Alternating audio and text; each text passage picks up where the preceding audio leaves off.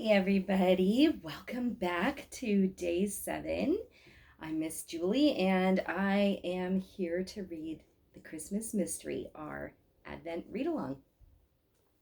And I'm just all cozied up under my blankie today, so you guys can get all cozied up under your blankies and listen to what's going to happen with Joaquin and Elizabeth and her friends on day 7. The 7th of December. So, and I wanted to show you each of the beginnings of the chapter actually show you the picture that Joaquin sees in when he opens the door. So this is going to be today's picture, a little sheep in front of a castle. So I haven't been showing this to you. So all that afternoon, Joachim kept on thinking about Caspar, the Black King who had been waiting in Denmark for Elizabeth, the angel Ephrael, and Joshua the shepherd. How did he know they were coming? Did Ephrael and the King of Nubia have an engagement to meet precisely there in the year 1699? There was nothing to show that their meeting was accidental, after all. Then he's one of us, the angel had said as soon as he saw Caspar. All of a sudden, Joachim thought of the bookseller. He had said that the Advent calendar looked homemade. And Joachim agreed. It looked as if it had been cut out and glued at home in the kitchen. If John had made the magic Advent calendar, he would have been certain to call the girl in the story after Elizabeth in the picture. But why had he done it? Why had he made the calendar in order to leave it in a bookshop without knowing what would become of it afterwards? In the evening, when Joachim was going to bed, he tried to push all the open doors shut again so that he could look at the large picture properly. Then it happened again, and this time with one of the 3 wise men who were kneeling behind the baby Jesus in the manger. His skin was dark, just like Caspar, the Black King, and Joachim hadn't noticed it before. Why hadn't he discovered that? Again, he had the feeling that the picture became clearer and clearer with every day that passed. Before he put out the light, he glanced at it one more time and thought it must be strange to be in Bethlehem exactly at the time when Jesus was born. Elizabeth was on her way there, and in a way, he was going along on the journey himself. When he woke up the next morning, he opened the 7th door and saw a picture of a sheep eating grass in front of the same high walls. He picked up a scrap of paper that was folded over and over and read what was written on it. The 4th sheep. The angel Ephrael and the Black King Caspar had rode Elizabeth, Joshua, and the 3 sheep over the great belt. "We're going ashore again," said Ephrael. "This island is called Finn, and it's exactly 1,599 years since Jesus was born in Bethlehem." From the sea, they ran towards a large castle on a mound between ramparts and ditches. "That's Nyborg Castle," the angel told them. "We're standing in front of the oldest royal fortress in Scandinavia." Elizabeth pointed up at one of the ramparts. "There's a sheep." The angel nodded. "Then it's one of us." With that, they all leapt up onto the ramparts, the 3 sheep first, Joshua and Caspar after them, Elizabeth and Ephrael last. A soldier rushed out from between the buildings in the castle. He raised a spear and shouted, "Sheep thieves!" The next moment, 3 or 4 soldiers came storming up. All of them had spears, and one of them had a kind of gun as well. The angel Ephrael confronted the soldiers, and they threw themselves down on the ground and hid their heads in their hands. "Fear not," said the angel in a gentle voice. "I bring you tidings of great joy. This sheep will come with us to the Holy Land, where the Christ child is to be born." Only one of the soldiers dared to look up. He was the one who had called them sheep thieves. "Be merciful unto us and take the sheep with you," he cried. The sheep in question had already joined the others, as if it belonged to the little flock. Joshua struck his crook against the rampart and said, "To Bethlehem! To Bethlehem!" Off they went across the green island, the 4 sheep first, Joshua, Caspar, Ephriel, and Elizabeth following them. On the bank of a small river, they passed a town with narrow streets and one-story dwellings. On the outskirts stood an ancient stone church with a square tower. "That's Adent's Cathedral," said Ephriel. "It's called after Canute the Holy, who was killed here in the year 1086.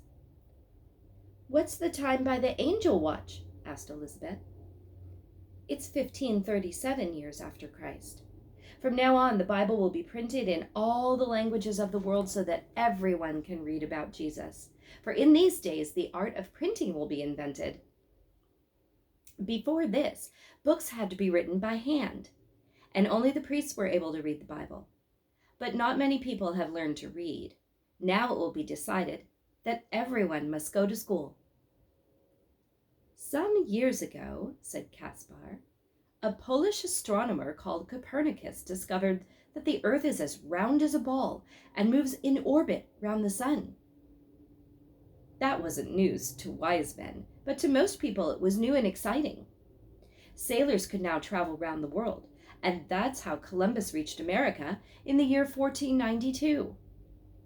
After him, the Spanish sailors cruelly attacked the Indians. In the opinion of the kings of the Orient, it would have been better if they had kept to the ships of the desert, for there is no more peaceful animal than a camel in the desert, and peace is the message of Christmas. Elizabeth was still trying to understand what the wise man had said when Joshua struck the ground with his crook. "To Bethlehem! To Bethlehem!" They went on their way along a ridge that gave them a good view over Finn. Now and then they looked down on a horse drawing a plow or an ox harnessed to a cart. "It's not so flat here," said Elizabeth as she ran. "But we're still in Denmark, aren't we?" The angel nodded. "Yes, indeed, and the Danes are very proud of ridges like this, but we're only 100 meters above sea level. They have called the hillsides we can see down there on the left of the Finn Alps. Another ridge is called the Heavenly Mountain. In heaven, we've always considered this to be a slight exaggeration." The procession had paused, and Caspar joined in the conversation again. "But it's important to be happy about the little you have, however little it is. It's infinitely more than nothing." "If the world was round and smooth as a ball," said Elizabeth thoughtfully, "there wouldn't be one single mountain on the whole earth. But then even a rocky slope would be as exciting as the highest mountain in Norway, as long as it was the only rocky slope."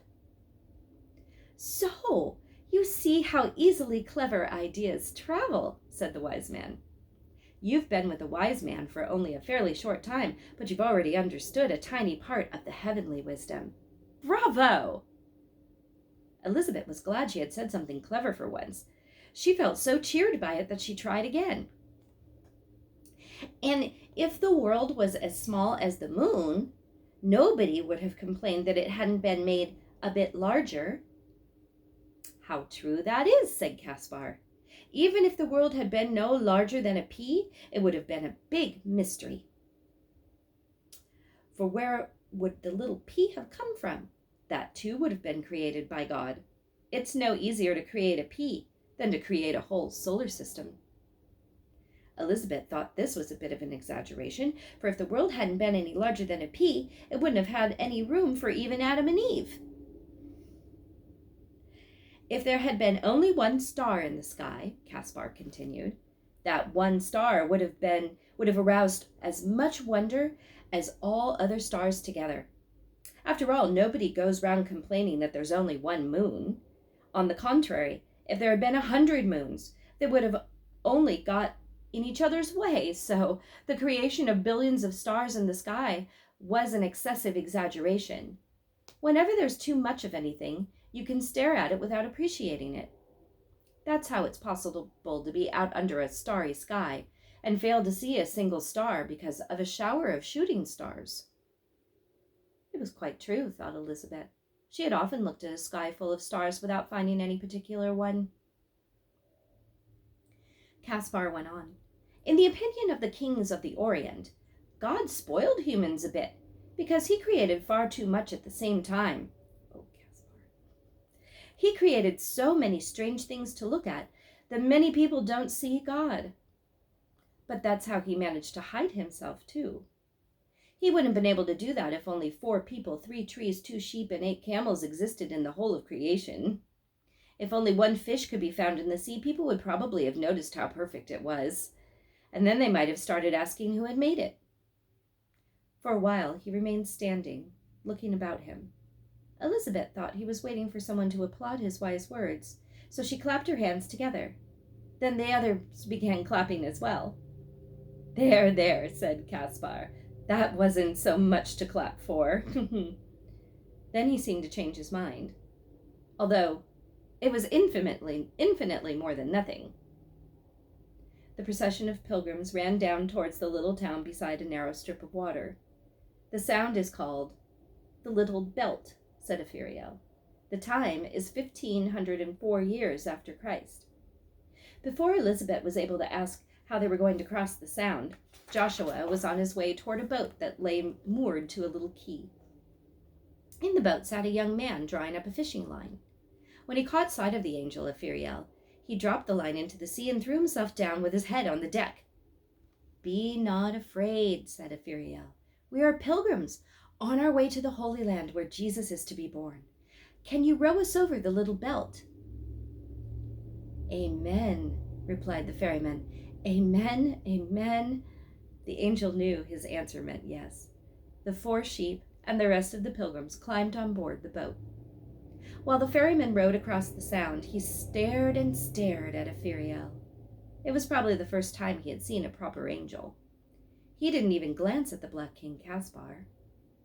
If the angel had not been with them, Elizabeth thought, the ferryman would have certainly had more than enough to do staring at the Black King. Only, if the king had not been with them either, would he perhaps have looked at her? She thought it was a shame that the world should be like that. When they were over on the other side and the sheep began jumping out of the boat, they said thank you and goodbye to the ferryman. As for the ferryman, he only repeated what he had already said over and over again. Amen. Amen. Joachim had just finished reading what was on the paper when his mother came into the room. He screwed up the paper quickly, but Mama saw that he was hiding something. What are you holding in your hand? Nothing, he said. Only air. May I see it then? But Joachim held the ball of paper so hard that his knuckles were quite white. It's a Christmas present, he said. The words Christmas present might have been magic. At any rate, they made Mama smile broadly. For me? Joachim nodded. Then I won't look, said Mama. But it must be a very tiny Christmas present. It's infinitely bigger than nothing, said Joachim. So Mama went into the bathroom. Joachim thought it was strange that everything that had to do with Christmas was so special. It was one of the most secret things in the whole world. But Mama was mistaken about one thing. What he was holding in his hand wasn't a tiny Christmas present. Oh my goodness, that chapter was so good. Well, that is it for day 7 on December 7th. So I can't wait to see what happens next. Joachim was able to fool Mama for a little bit. We'll see how long that'll last. Can't wait to find out what happens tomorrow. So I will see you then. Have a great day.